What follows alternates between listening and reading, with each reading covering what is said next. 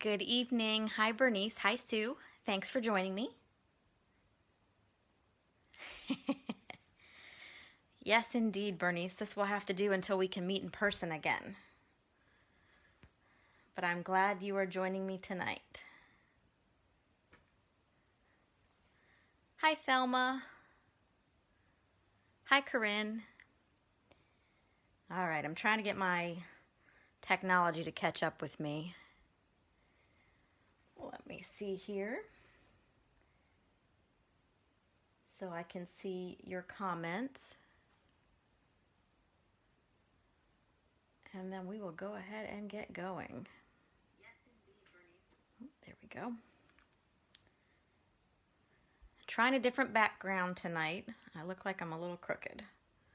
My phone stand decided to try to take a walk on me. Let me see if I can straighten that out. Nope, that's gonna make it worse. Sorry, I talked to myself. Hi, Mom. Okay.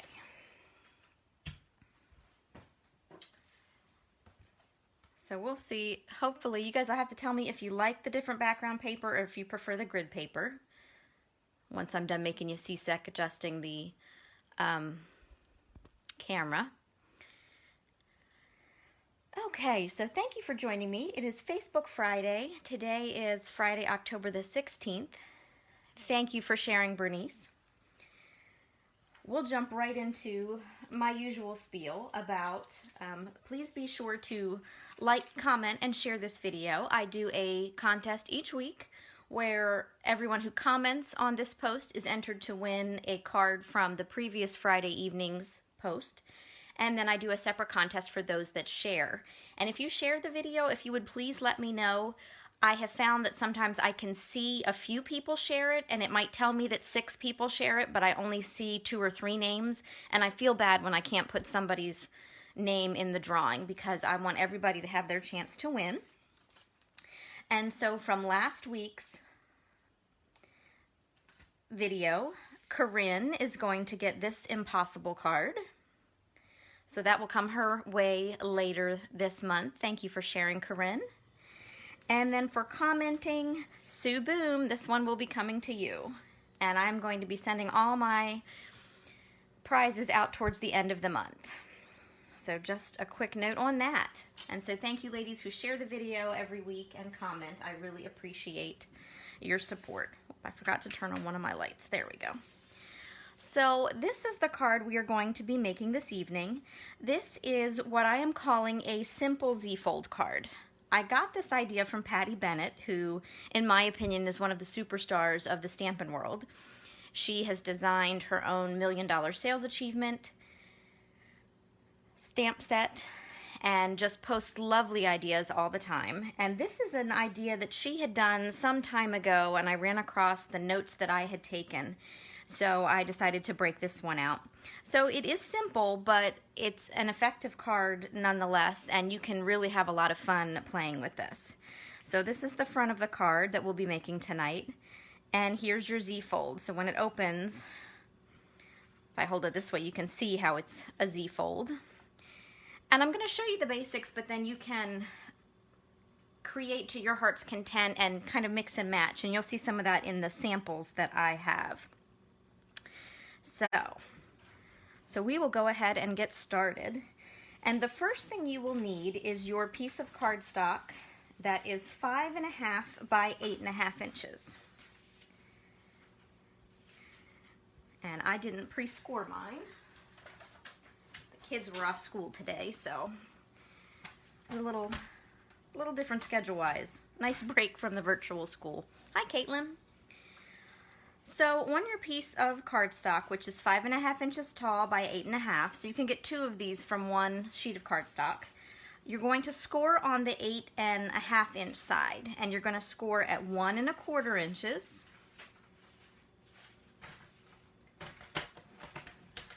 and then 4.25, which is right down the center.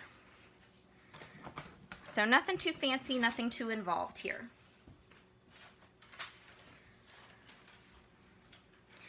So then you're going to want to fold your cardstock in half with your score line at the 1.5 inch mark on the front. And this piece you're going to fold backwards towards the crease of the card. You can use your bone folder to crease this if you want. It doesn't have to be a really crisp fold for this particular card, so it's up to you if you want to use your finger bone folder or bring over your official bone folder. And this is going to go together fairly quickly. So next you need your strips of designer series paper, and you need two. One of them that is 3 inches wide by 5.5 inches tall, and the other one is 1 1/4 inches wide by 5.5 inches tall. And just keep in mind, check your orientation on your designer series paper if it's a paper with a specific design on it. You just might want to watch how you cut that. With this floral kind of being all over, I didn't have to worry too much about that. So the first thing you're going to do is bring over your adhesive. And I always start with my 3-inch strip. And this piece, you're going to fold your 1 1/4 inch flap out of the way. I fold it back flat. And you're going to take this piece of designer series paper and glue it right to the front of the card.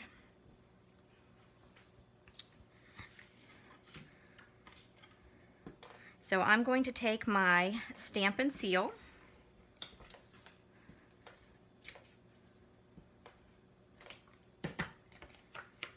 and I tend to turn it sideways. I like to line it up with this corner because if there's overhang, it's kind of going to get hidden here by this flap, although you really shouldn't have much unless you made a cutting error. But that way I don't have too much hanging off on this side, although I could always trim that. So, always takes me a minute to get my fingers situated. So I'm going to line up that corner and then make sure it's level across the front, the top edge there, and then just smooth it down. And if you've cut a little bit over, you can always take a pair of scissors and trim if you've got any overhang there. And so next, your small strip, your 1 1/4 inch wide strip, you're going to glue basically on the inside of the card. And again, you're going to line this right up with the corner. So I'll go ahead and do that.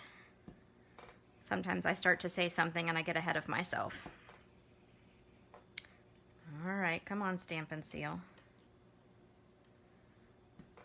There we go. I promise you this is really great adhesive, even if mine doesn't like to work on camera.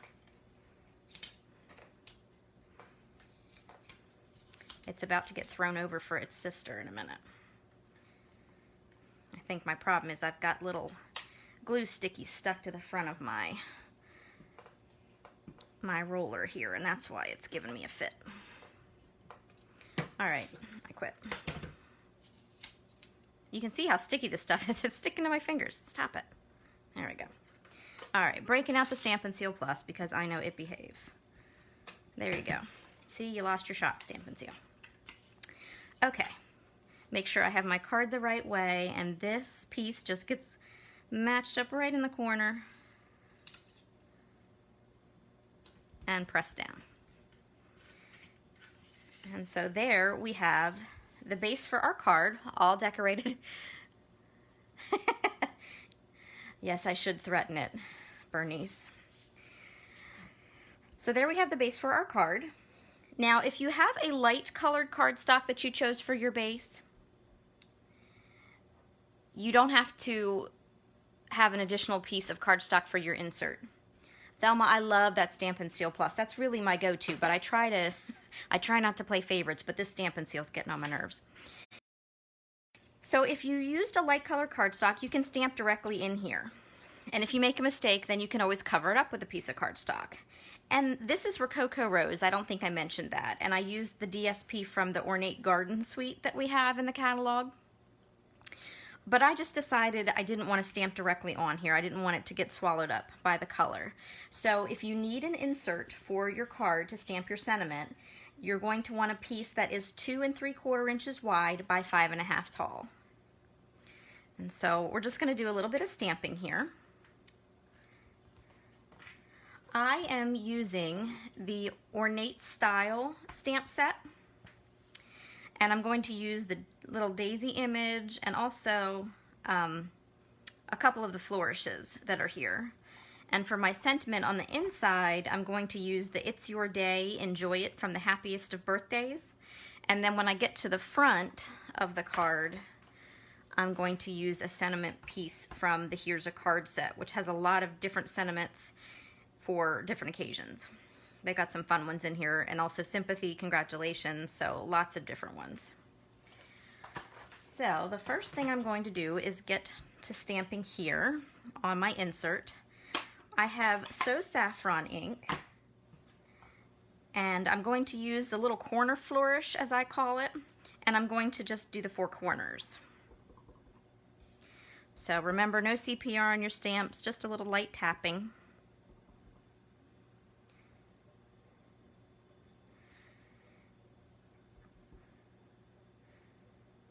And let's see, try to stick my finger in the ink there. So there we go, there's my cute little flourishes on my corner. And I'll go ahead and stamp the corner of my envelope with that flourish too. I don't like naked envelopes. I like them to either have a stamp in the corner or on the back, or else I like to put designer series paper on the flap sometimes. So there is that part. Oh, I'm going to leave that ink open for a minute. I hope I don't stick anything in it because I'm going to use that color again for a moment. Next, I'm going to do the sentiment, the It's Your Day, Enjoy It. The only trick when you use your insert is you have to mind how wide your stamp is. This one is really cutting it close, but it works. There were a couple I wanted to use on some of my samples that were a little too big, so just a little too wide. Corinne, those adhesive erasers are very nice. That's great that you found them at the Dollar Tree.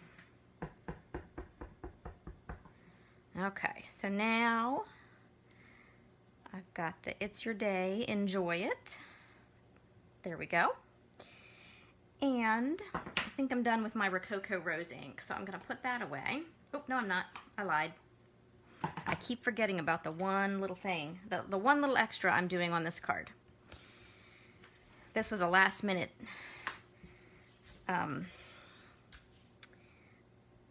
add-on for me when I was designing this card. Sometimes I copy the entire card idea, and this one really has my own touch on it, which I always like.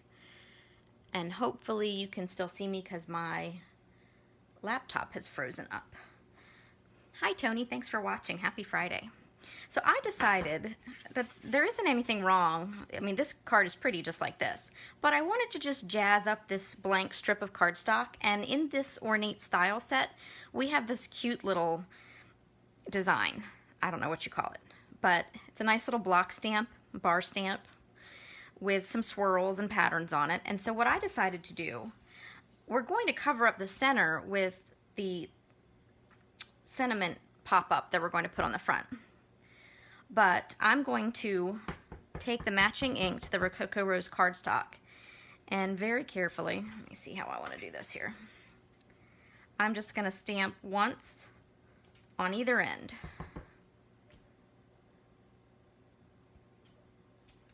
And since this is one of the red rubber stamps, I don't need my Stampin' Pierce mat underneath for that extra cushion. Now I'm done with my Rococo Rose ink, and I'm going to close that up. I will go ahead and glue my insert in the card.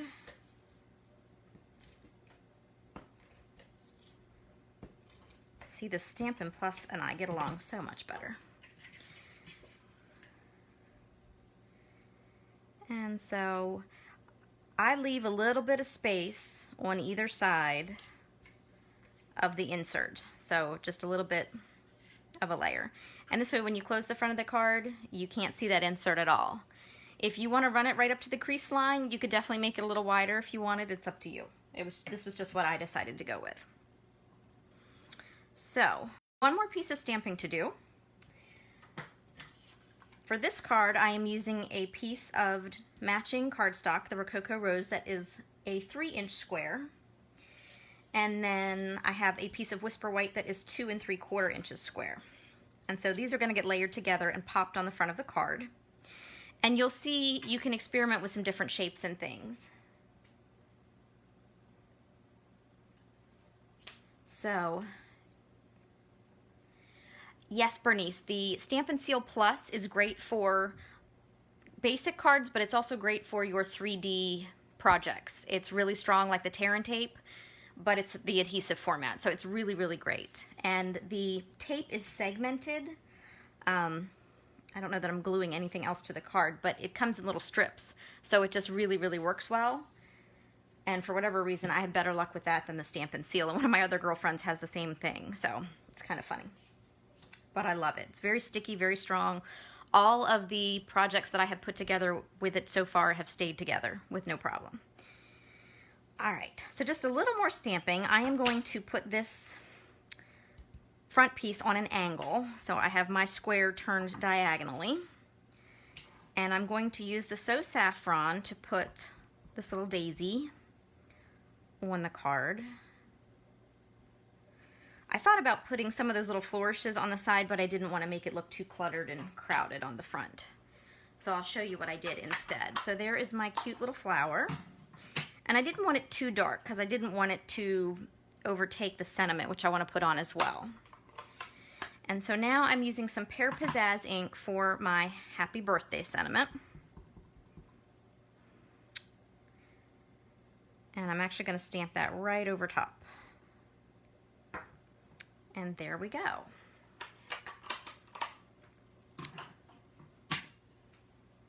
Let me move my stamps out of the way.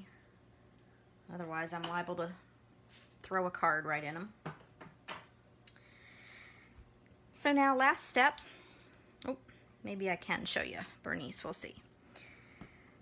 I'm going to line up these pieces. We'll see. I don't know if this will show well on camera, and it's hard to tell because my camera mount's right in the center. But I don't know if you can see, Bernice, the tape is segmented in the little sections on there. But that's the difference between that and the Stampin' Seal. The Stampin' Seal just rolls out like a regular adhesive, but this has those little segmented pieces on it.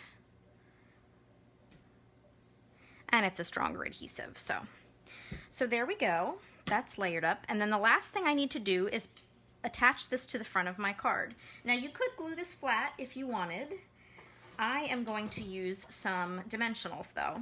And the one thing to remember is watch your placement on your dimensionals.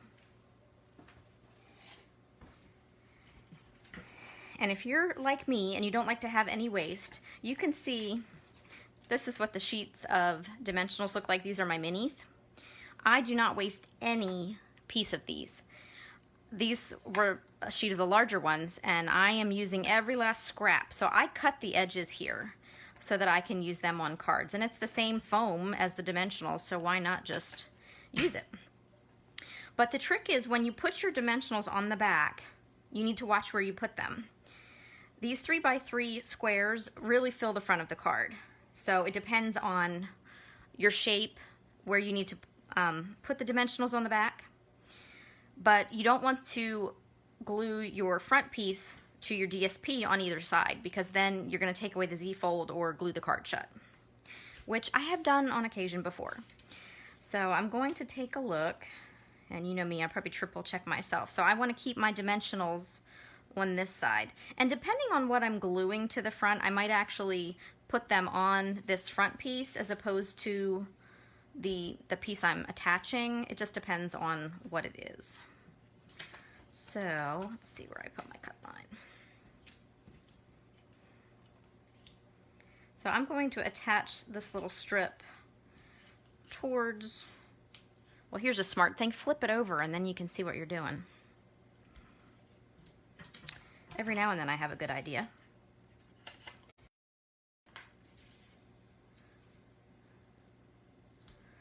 But now I can see what I'm doing and where I need to put these little pieces. Oh, a piece blended in. I couldn't see where it went.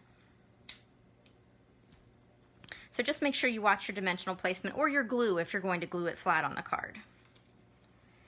So now I'm going to peel the backing off there. And then get this situated where I want it. Press it down. I can see when I flip it over I managed to hide those dimensionals. And there you have the card. One last little thing I decided to do. I had some gold pearls left over, and since I only had 4 left, I said, you know what, they need to go on a card. So I'm just going to fill the space in a little bit by accenting the 4 corners with these little gold pearls. Love a little bling. So I have my Take Your Pick tool. I love these little spatulas. Some people like to use the pointy end of their Take Your Pick tool, the little, I call it a little spear. I have a tendency, if I use the pointy end, of flinging the dimension or the embellishments somewhere in my kitchen or my office, wherever I'm working. So I like to use the little spatula to get under the end here.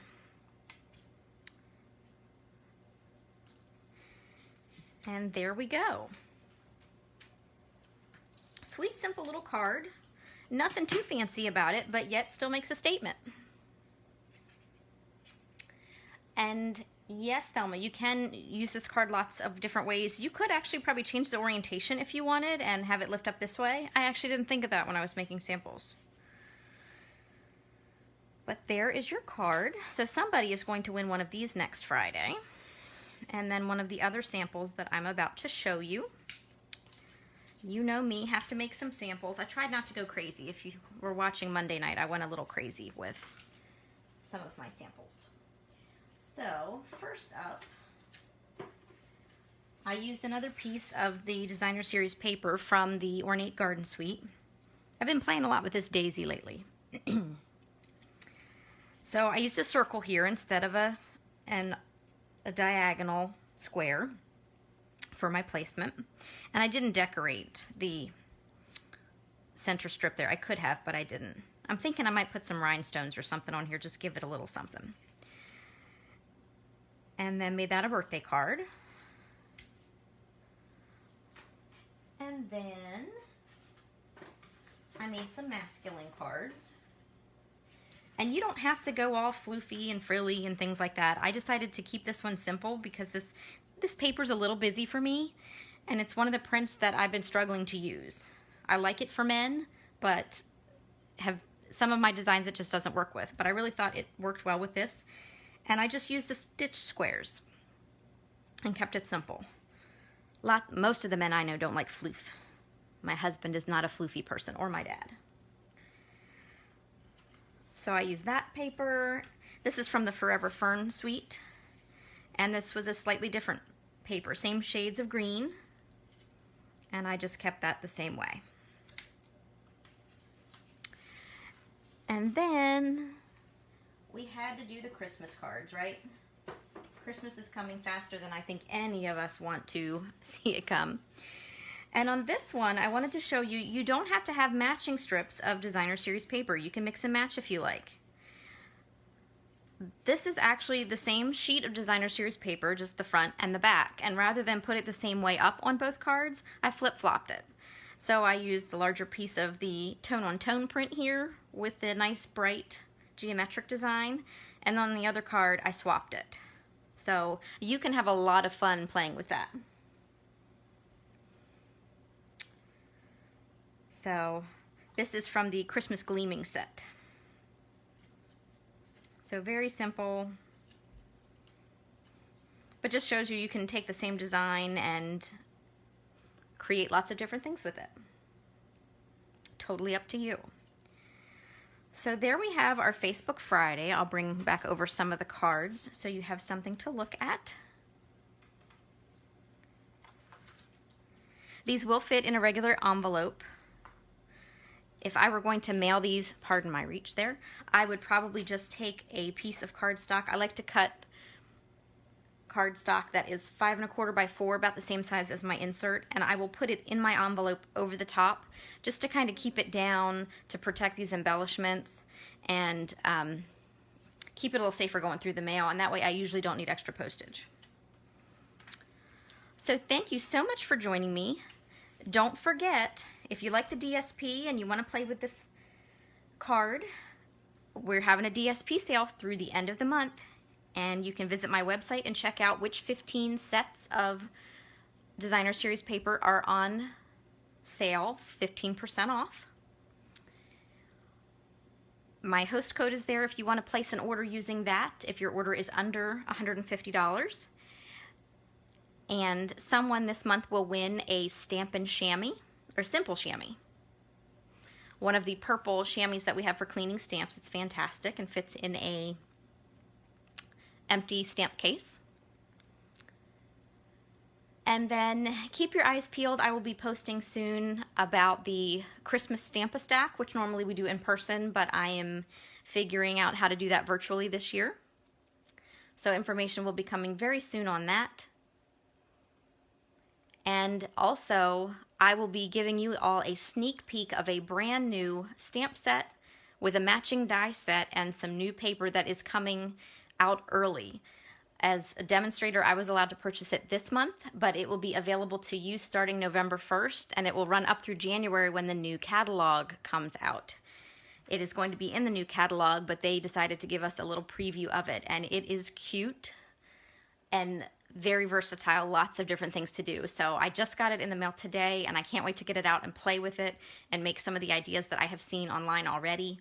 And as soon as I get a couple things ready, I will show you so that you can see what all the buzz will be about and see if you'd like to order that next month.